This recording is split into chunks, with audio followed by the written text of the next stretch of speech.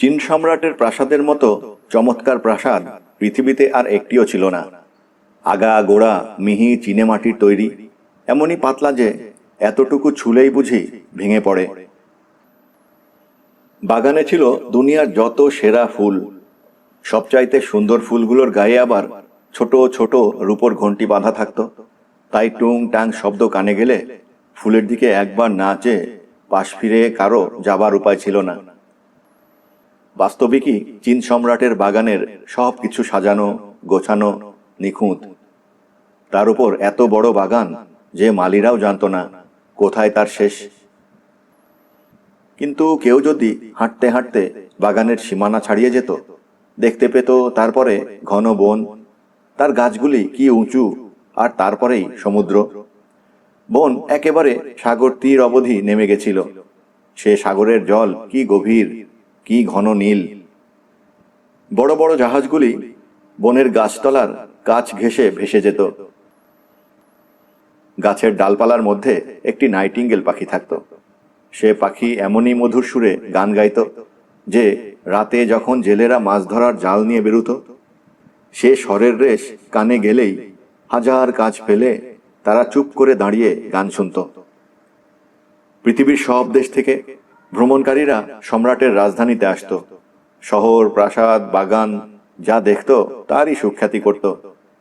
কিন্তু যেই না তারা নাইটিঙ্গেল পাখির গান শুনত, অমনি সবাই এক বাক্যে বলতো, এই হলো সবার সেরা জিনিস। দেশে ফিরে গিয়ে তারা ওই পাখির গল্প করত। আর যে সমস্ত পণ্ডিতরা শহর প্রাসাদ বাগানের গুণগান করে বই লিখত, তারাও বলতো ওই পাখির কোনো তুলনা নেই। সাগর তীরের সেই বনের নাইটিঙ্গেল পাখির বিষয়ে কবিরা সব অপূর্ব কবিতা রচনা করত। সেসব বই পৃথিবীর সব দেশে যেত। এমনি করে একটি বই একবার চীন সম্রাটের হাতেও এলো। সম্রাট সে বই পড়ছেন তো পড়ছেন আর ঘন ঘন মাথা নাড়ছেন। বইতে তার শহরের প্রাসাদের বাগানের যা উচ্ছ্বসিত প্রশংসা, সম্রাট পড়ে আহ্লাদে আটখানা। কিন্তু শেষের দিকে একটি কথা পড়ে তিনি তো অবাক।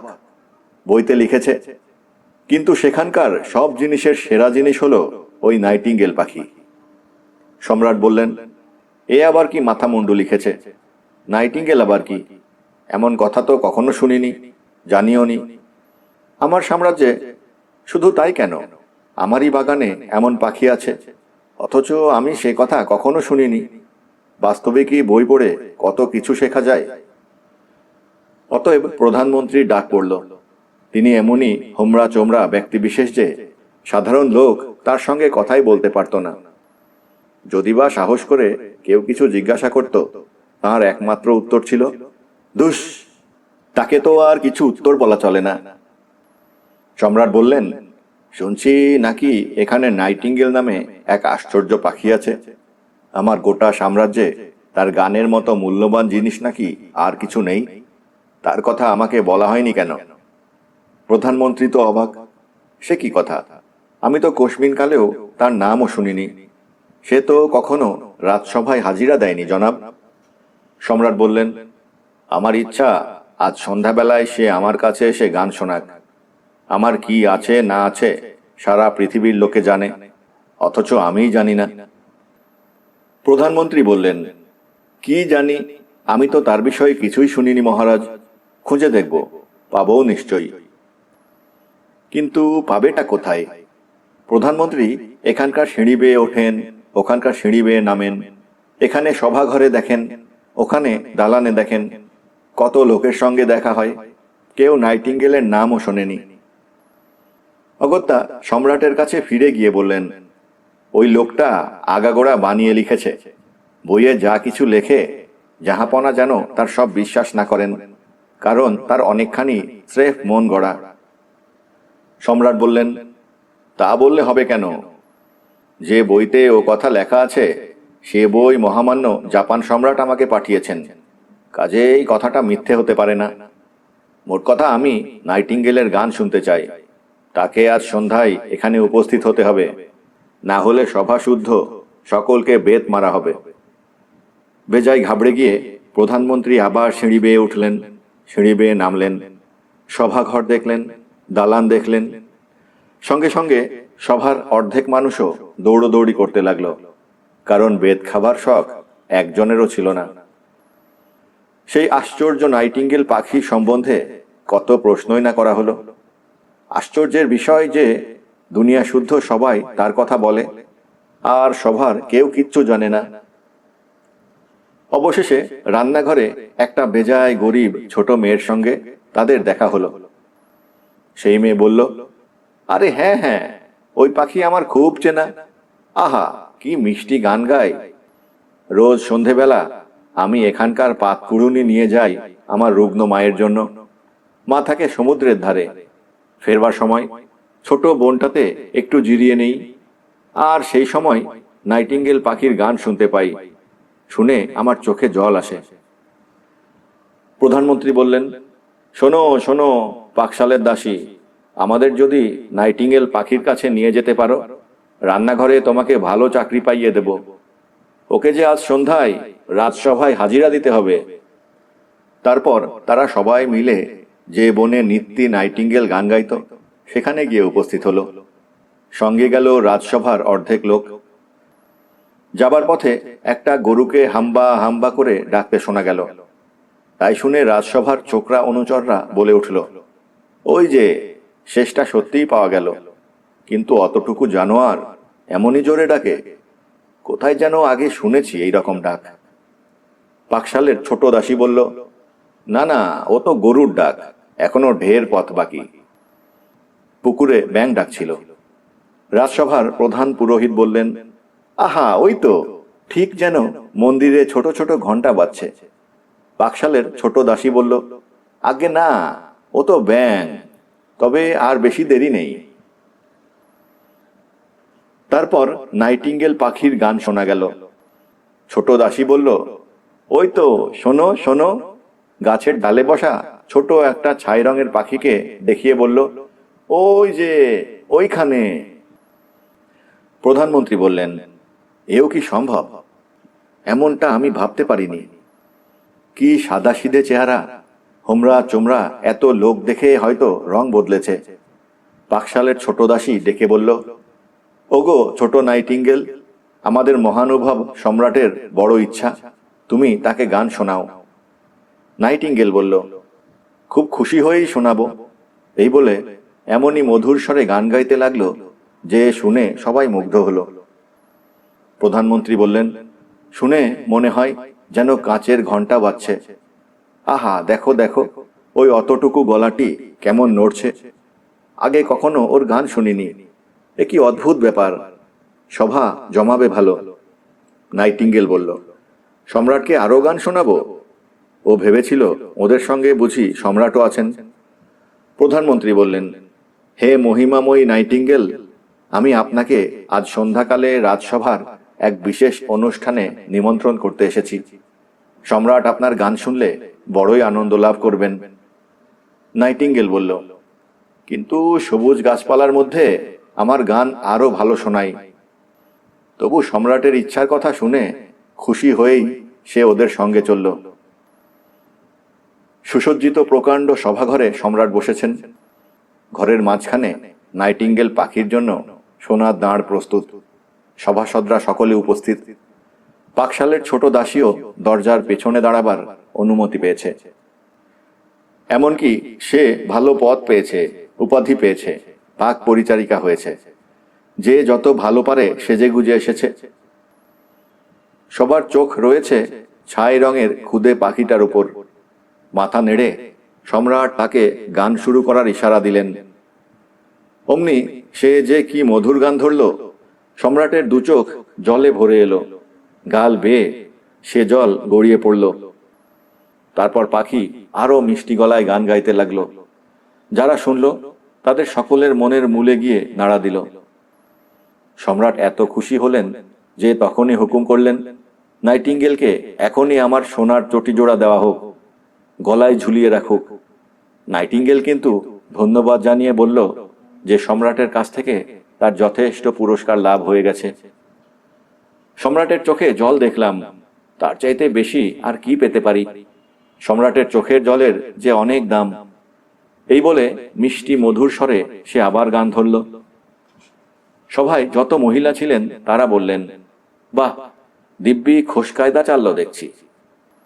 এই বলে যে যার এক গাল করে জল মুখে নিয়ে কথা বলার সময় নাইটিঙ্গেলের মতো গলা নাড়ার চেষ্টা করতে লাগলেন। মনের ইচ্ছা তারাও এক একটি নাইটিঙ্গেল বনবেন। এমনকি চাকর দাসীরা পর্যন্ত স্বীকার করল তারা বড় খুশি হয়েছে। কে না জানে যে এই কথার অনেক দাম, কারণ তাদের খুশি করা বড় শক্ত। বাস্তবিক নাইটিঙ্গেল পাখির সে কি বলবোলা। স্থির হলো এখন থেকে সে রাজসভাতে বাস করবে। তার আলাদা খাঁচা হবে। দিনে দুবার আর রাতে একবার তাকে খাঁচা থেকে বেরিয়ে উড়ে বেড়াতে দেওয়া হবে।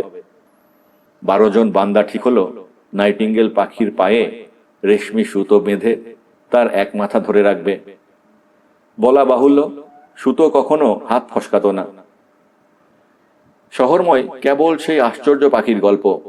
দুজনের দেখা হলেই একজন বলতো নাইট, অন্যজন বলতো ইংেল। তারপর দুজনেই দীর্ঘ নিঃশ্বাস ছাড়ত। পরস্পরের মনের কথা বুঝতে তাদের বাকি থাকতো না। এমনকি নগরবাসীদের 11টি ছেলেমেয়ের নাইটিঙ্গেলের নামে নামকরণ পর্যন্ত হয়ে গেল। একদিন সম্রাটের কাছে প্রকাণ্ড এক পার্সেল এলো। তার ওপরে লেখা নাইটিঙ্গেল। সম্রাট বললেন, এই দেখো আমাদের সুদূর খ্যাত পাখির বিষয়ে আরেকটা নতুন বই। কিন্তু পার্সেল খুলে দেখা গেল বই নয়, একটা বাক্সের মধ্যে একটা ছোট যন্ত্র। যন্ত্রটি হলো খুদে একটি কলের নাইটিঙ্গেল। সত্যিকার নাইটিঙ্গেলের মতো করেই তাকে গড়বার চেষ্টা হয়েছে। তার সারা গায়ে হিরে, চুন্নি, নীলা বসানো। চাবি দিলেই কলের পাখি সত্যিকার নাইটিঙ্গেলেরই একটি গান গায়। আর গাইবার সময় সোনা রূপো দিয়ে তৈরি ঝকঝকে ল্যাজটি একবার ওঠে, একবার নামে। সবাই এক বাক্যে বলল, খাসা, চমৎকার, অতুলনীয়। যে লোকটা পাখি এনেছিল তাকে অমনি উপাধি দেওয়া হলো প্রধান রাজকীয় নাইটিঙ্গেল আনয়ক। সম্রাট হুকুম দিলেন, সত্যি পাখি আর নকল পাখি একসঙ্গে গাইবে। কিন্তু সে গান ভালো জমল না। সত্যিকার পাখি গাইল নিজের মনের মতো করে, আর নকল পাখি গাইল চাকায় ঘোরা সুরে। কারিগর বলল, নকল পাখির কোনো দোষ নেই, ও তো ঠিক তাল রেখে নিয়ম মাফিক গান গায়। কাজেই তখন থেকে নকল পাখি একাই গাইত। সত্যি পাখির মতোই তার গান হতো নিখুঁত।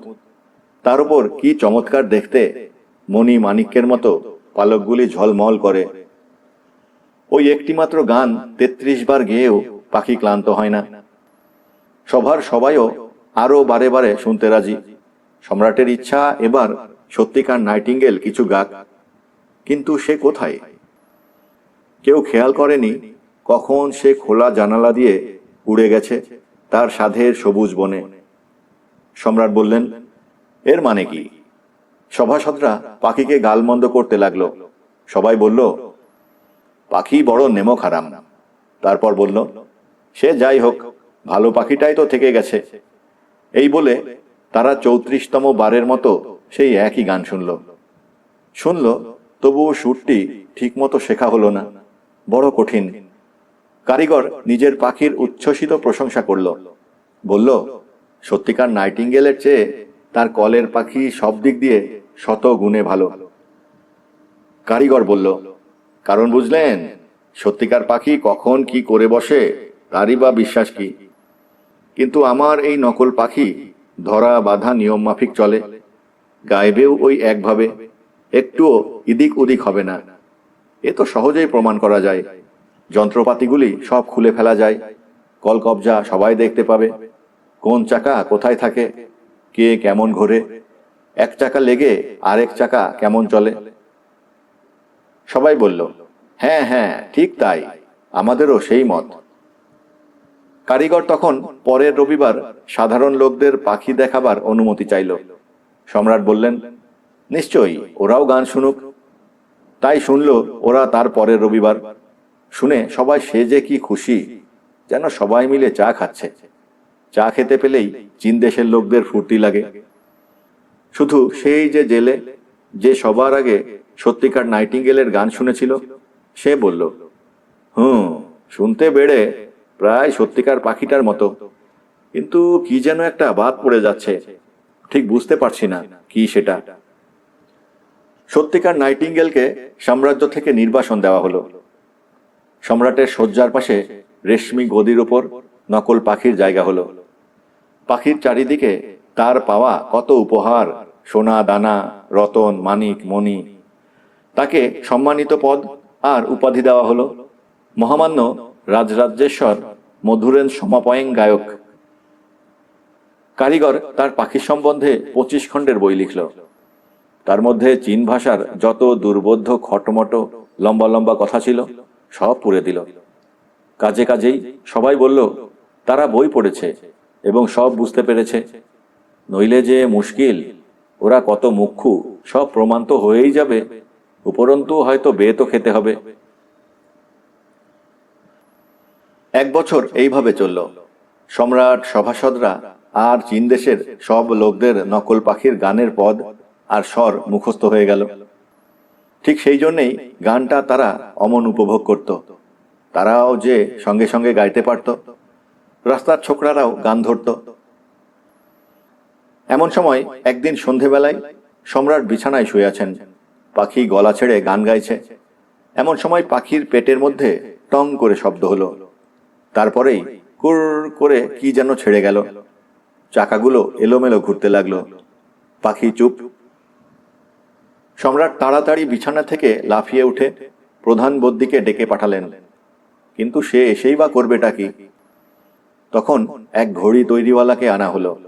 অনেক সলা পরামর্শ, চেষ্টা চরিত্র করে পাখিটাকে তো কোনো মতে সারানো হলো, কিন্তু ঘড়ি তৈরিওয়ালা বলে গেল পাখিকে যেন বেশি গাওয়ানো না হয়। কলকবজার খুঁটি ক্ষয়ে গেছে, ও আর নতুন করে তৈরিও করা যাবে না, অন্তত ঠিক স্বরে গান গাইবার মতো করে তো নয়।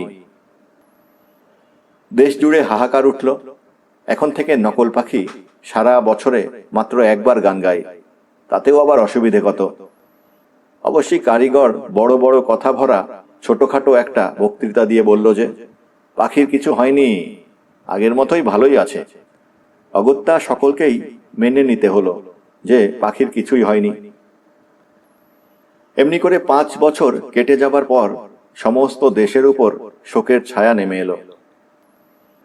সম্রাটের বড় অসুখ। শোনা গেল তার বাঁচার আশা নেই। নতুন সম্রাট নির্বাচিত হলো। দেশের লোক প্রাসাদের বাইরে পথে দাঁড়িয়ে প্রধানমন্ত্রীকে জিজ্ঞেস করতে লাগলো সম্রাট কেমন আছেন। প্রধানমন্ত্রী বললেন দুস, বলেই মাথা নাড়লেন। চমৎকার করে সাজানো খাটে সম্রাট শুয়ে আছেন। হাত পা ঠান্ডা, মুখে রক্তের লেশ নেই। সভাসদদের ধারণা হলো তিনি ইতিমধ্যেই মারা গিয়েছেন। সবাই নতুন সম্রাটকে অভিনন্দন জানাতে ছুটল। সম্রাট কিন্তু মরেননি। অবশ্যই নিঃশ্বাস একরকম বন্ধ হয়ে এসেছে। মনে হচ্ছে বুকের উপর কিসের বোঝা। চোখ খুলে দেখেন মৃত্যু এসে বুকে চেপে বসেছে। তার মাথায় সম্রাটের মুকুট, এক হাতে সোনার তলোয়ার, অন্য হাতে সম্রাটের কারুকার্য করা পতাকা। খাটের চারধারের পুরু মখমলের পর্দার তলা দিয়ে অদ্ভুত দেখতে কাদের মাথা উঁকি মারছে। কারো মুখ বেজায় বিটকেল, কারো মুখ কি কোমল, কি সুন্দর। সারা জীবন ধরে সম্রাট যত মন্দ কাজ ভালো কাজ করেছেন তারাই এখন ওরকম চেহারা ধরেছে। তারা সবাই এখন ওর দিকে এক দৃষ্টে চেয়ে আছে, আর বুকের উপরে বসে আছে মৃত্যু। তারা ফিসফিস করে কথা বলছিল। এ কথা জানতে, সে কথা মনে আছে। তারপর সবাই মিলে তাকে এমনই দোষ দিতে লাগলো যে তার সারা কপালে ঘাম দেখা দিল। সম্রাট বলে উঠলেন, এমন ব্যাপার তো আমার আদৌ জানা ছিল না। কোথায় গেল বাজনদাররা? চীন দেশের বড় ঢাক বাজুক, এদের কথা চাপা পড়ে যাক। তারা কিন্তু থামল না, বলেই চলল। আর মৃত্যু চীনে কায়দায় মাথা নেড়ে সব কথায় সায় দিতে লাগলো। সম্রাট বললেন, কোথায় গান বাজনা? ওগো আমার এত আদরের কলের পাখি, অনুনয় করছি একটি গান করো। তোমাকে কত সোনা দানা ধনরত্ন দিয়েছি, তোমার গলায় আমার সোনার চটি ঝুলিয়েছি। একটিবার গাও, গাও একবার। কিন্তু পাখি তবু চুপ করে রইল। কাছে পিঠে কেউ নেই, কে বা চাবি ঘোরাবে? আর চাবি না দিলে কেমন করে গাইবে? কোটরে বসা চোখ নিয়ে মৃত্যু রাজার দিকে চেয়ে রইল। চারদিক চুপচাপ, সে কি ভয়ঙ্কর রকম চুপচাপ। হঠাৎ জানলা দিয়ে মধুর গান শোনা গেল। সত্যিকার ছোট নাইটিঙ্গেল বাইরে গাছের ডালে বসে গাইছে। সম্রাটের গুরুতর অসুখের খবর তার কানেও গেছে। সে এসেছে তাকে সান্ত্বনার কথা, আশার কথা শোনাতে। যেমন পাখি গাইতে লাগলো, ভুতুড়ে চেহারাগুলো ক্রমে মিলিয়ে যেতে লাগলো। সম্রাটের ক্ষীণ দেহের শিরায় শিরায় রক্তের স্রোত আরো জোরে বইতে লাগলো। স্বয়ং মৃত্যু কান পেতে গান শুনে বলল, গাও গাও ছোট নাইটিঙ্গেল, আরো গাও। বলো, আমাকে ওই সুন্দর সোনা তলোয়ারটি দেবে? ওই রংচঙে পতাকা দেবে? সম্রাটের মুকুট দেবে? একটা গানের বদলে মৃত্যু তখন তাকে সব দিয়ে দিল। আর নাইটিঙ্গেল পাখি গলা খুলে গাইতে লাগলো। কি না গাইল পাখি! নীরব, শান্তিভরা সমাধিস্থানের কথা। সেখানে সাদা সাদা গোলাপ ফোটে, মাধবী ফুলের গন্ধ ভুরভুর করে। সেখানকার কচি শ্যামল ঘাস যারা মারা গেছে তাদের প্রিয়জনের চোখের জলে ভেজা। তাই শুনে তার নিজের বাগানের জন্য মৃত্যুর মন কেমন করে উঠল। একটা ঠান্ডা সাদা ছায়ার মতো খোলা জানালা দিয়ে সে উড়ে চলে গেল। সম্রাট বললেন, ছোট পাখি, তোমাকে শত শত ধন্যবাদ। রাজ্য থেকে তোমাকে তাড়িয়ে দিলাম, আর তুমি কি না গান গেয়ে আমার বিছানার চারপাশ থেকে বিকট মুখগুলো তাড়ালে। বুকের উপর থেকে মৃত্যুকে নামালে। কি দিয়ে যে তোমাকে পুরস্কৃত করি বলো তো? নাইটিঙ্গেল বলল, সম্রাট, আপনি তো আমার পুরস্কার দিয়েছেন। সেই প্রথমবার যখন আপনাকে গান শুনিয়েছিলাম, ঠিক তখনকার মতো আজ আপনার চোখে আবার জল দেখলাম। ও কি আমি ভুলতে পারি? গায়কের কাছে ওই চোখের জল যে অমূল্য রত্নের মতো, তাতে কি আরাম, কি আনন্দ। কিন্তু এখন আপনি ঘুমিয়ে পড়ুন। যখন ঘুম থেকে উঠবেন শরীর কেমন তাজা, সুস্থ মনে হবে। আমি গান গেয়ে আপনাকে ঘুম পাড়াচ্ছি। পাখি গাইতে লাগলো। সম্রাটও মধুর ঘুমে আচ্ছন্ন হলেন। কি মৃদু, কি সুন্দর সে ঘুম, তাতে শরীর সারে। জানালা দিয়ে ঘরে রোদ এলো। সম্রাটের ঘুম ভাঙল। অনুচররা কেউ ফিরে আসেনি। সবাই ভেবেছে সম্রাটের মৃত্যু হয়েছে। শুধু নাইটিঙ্গেল পাখি তখনও বসে বসে গান গাইছে। সম্রাট বললেন, পাখি, তুমি সর্বদা আমার কাছে থেকো। যখন ইচ্ছে হবে তখন গান গেও। ওই নকল পাখিটাকে 1000 টুকরো করে ভেঙে ফেলি। নাইটিঙ্গেল বলল, তা করবেন না সম্রাট। ওর যথাসাধ্য ও করেছে, ওর যত্ন করুন। প্রাসাদে আমার থাকা হবে না, কিন্তু যখন খুশি আমাকে আসতে অনুমতি দিন। সন্ধ্যাবেলায় জানলার কাছে গাছের ডালে বসে আপনাকে গান শোনাবো। তাতে আপনার আনন্দও হবে, কত বিষয়ে চিন্তাও করবেন। আমি দুঃখের কথা গাইব, সুখের কথাও গাইব। ভালো মন্দ যে কথা আপনাকে জানতে দেওয়া হয় না, সব আমি গান গেয়ে শোনাবো। আপনার এই ছোট গানের পাখি জেলেদের কুঁড়ে ঘরে যাবে, চাষিদের কুটিরে যাবে। তারা আপনার কাছ থেকে, আপনার সভাঘর থেকে কত দূরে থাকে, তাদের সবার কাছে যাবে। আপনার মুকুটের চেয়েও আপনার হৃদয়টিকে আমি বেশি ভালোবাসি। কিন্তু মুকুটেরও কি সুন্দর পবিত্র ভাব। আমি আসব, এসে গান শোনাবো। কিন্তু একটি কথা দিতে হবে সম্রাট। সম্রাট বললেন, যা চাও তাই হবে। তারপর তিনি উঠে দাঁড়িয়ে বহুমূল্য সাজ আভরণ নিজের হাতে পরে সম্রাটের গৌরবে দেখা দিলেন। সোনার কাজ করা ভারী তলোয়ারটি বুকের কাছে তুলে ধরলেন। পাখি বলল, কথাটি হলো, আপনার ছোট পাখির কথা কাউকে জানতে দেবেন না, তাহলেই সব মঙ্গল মতো চলবে। এই বলে নাইটিঙ্গেল উড়ে গেল। তারপর মৃত সম্রাটকে দেখবার জন্য অনুচররা এলো। সম্রাট বললেন, সুপ্রভাত।